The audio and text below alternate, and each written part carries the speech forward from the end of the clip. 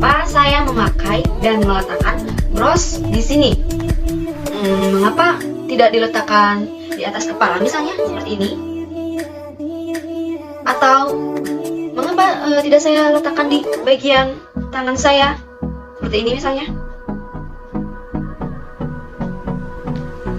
Kenapa ya? Jawabannya,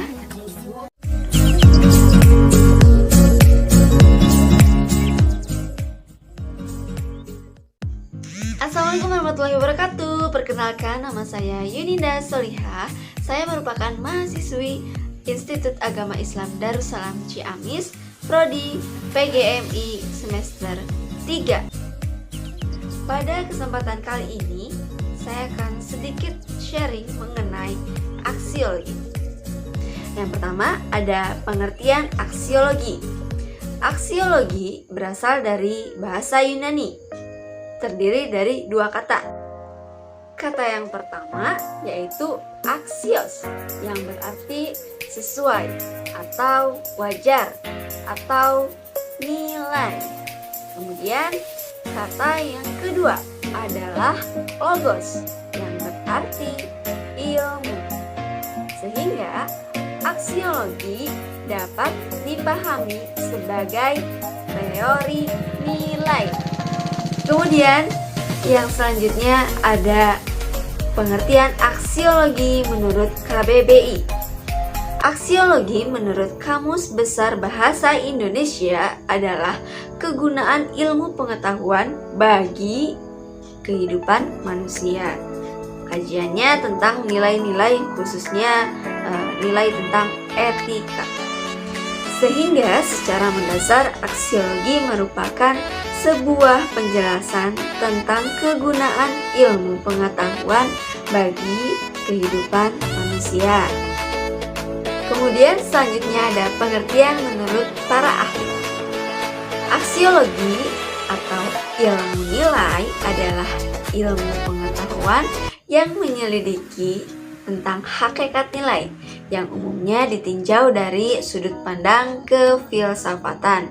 Itu menurut Kestov tahun 1992.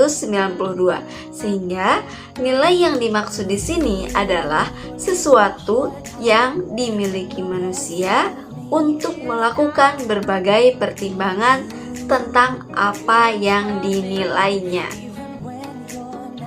Kemudian yang selanjutnya ada aspek aksiologi. Apa saja sih aspek aksiologi? Oke, kita bahas bersama-sama. Yang pertama ada aspek etika. Etika sendiri berasal dari bahasa Yunani, yaitu dari kata ethos yang berarti adat kebiasaan. Istilah lain untuk menyebutkan unsur etika adalah istilah moral. Etika sendiri adalah cabang ilmu filsafat aksiologi yang membahas mengenai masalah-masalah moral, perilaku, norma, dan adat istiadat yang berlaku pada sebuah komunitas tertentu. Sehingga di dalamnya akan membahas mengenai sesuatu adat atau kebiasaan yang berlaku di dalam suatu komunitas, misalnya suatu kelompok masyarakat. Aspek yang kedua di dalam aksiologi adalah estetika. Estetika merupakan cabang ilmu filsafat yang berhubungan dengan keindahan, rasa, dan segala sesuatu hal yang berhubungan dengan perasaan atau juga penilaian personal. Bisa dikatakan juga subjektif. Kemudian dalam estetika, penentuan nilai suatu hal yaitu suatu hal yang melibatkan rasa atau perasaan sehingga dipengaruhi oleh banyak faktor. Misalnya, dipengaruhi oleh suasana hati. Saat suasana hati buruk, maka segala hal yang dinilai buruk juga akan terlihat buruk dan sebaliknya seperti itu.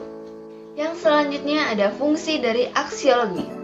Aksiologi dilihat dari ilmu filsafat memiliki banyak sekali kegunaan, sehingga dibedakan menjadi dua.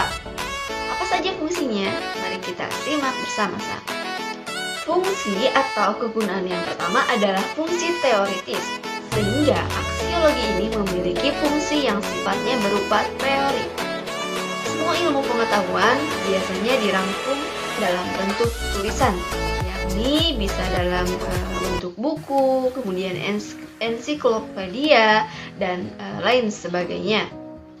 Pengetahuan dalam dunia pendidikan adalah unsur utama. Jika sudah menguasai aksiologi secara teori, maka akan lebih mudah dalam proses prakteknya.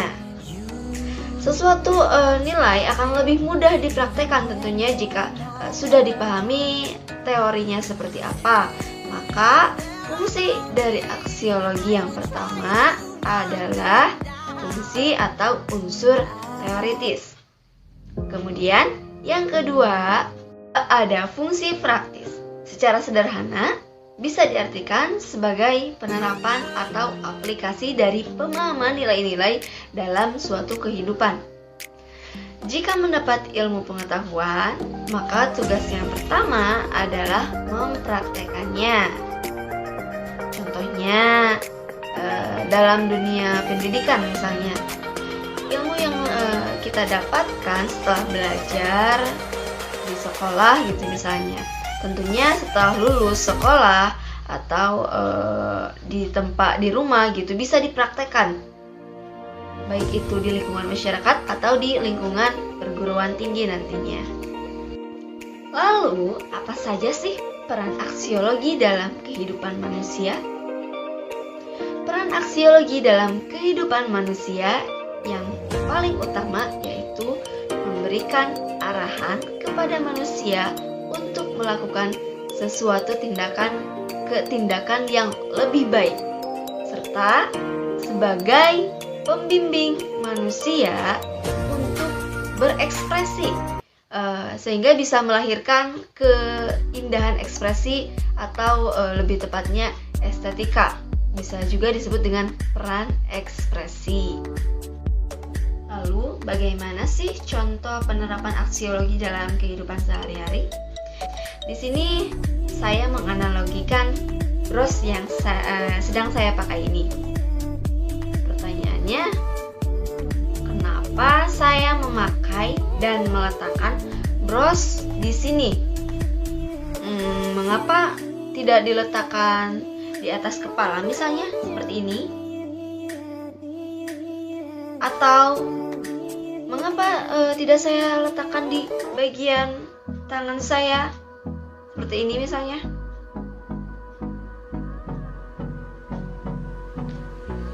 Kenapa ya? Jawabannya itu paling tidak ada dua pertimbangan saya, yaitu moralitas. Yang kedua ada keindahan. Apakah lebih bermoral atau beretika jika saya menempatkannya di sini, atau lebih indah daripada saya letakkan di atas kepala seperti ini? Tentunya ada sebuah pertimbangan, yang mana pertimbangan di sini berhubungan dengan etika dan juga estetika. Jadi, kesimpulannya, di dalam aksiologi ini berhubungan erat dengan dua buah aspek. Apa saja? Aspek yang pertama, aspek moralitas, yaitu aspek yang berhubungan dengan baik buruk atau boleh tidak, atau sepatutnya, kemudian seharusnya, dan juga lain sebagainya. Dan aspek yang kedua yaitu erat kaitannya dengan estetika. Apa itu estetika? Kita ulas lagi. Estetika yaitu indah atau tidaknya bagaimana sesuatu hal itu bisa diterima secara universal. Oke, mungkin hanya itu saja yang dapat saya sampaikan. Semoga video ini dapat bermanfaat untuk teman-teman, dan mohon maaf apabila saya banyak kekurangan dalam penyampaiannya, karena di sini saya masih belajar. Mungkin sekian dari saya. Terima kasih. Wabillahi taufiq wal hidayah. Wassalamualaikum warahmatullahi wabarakatuh.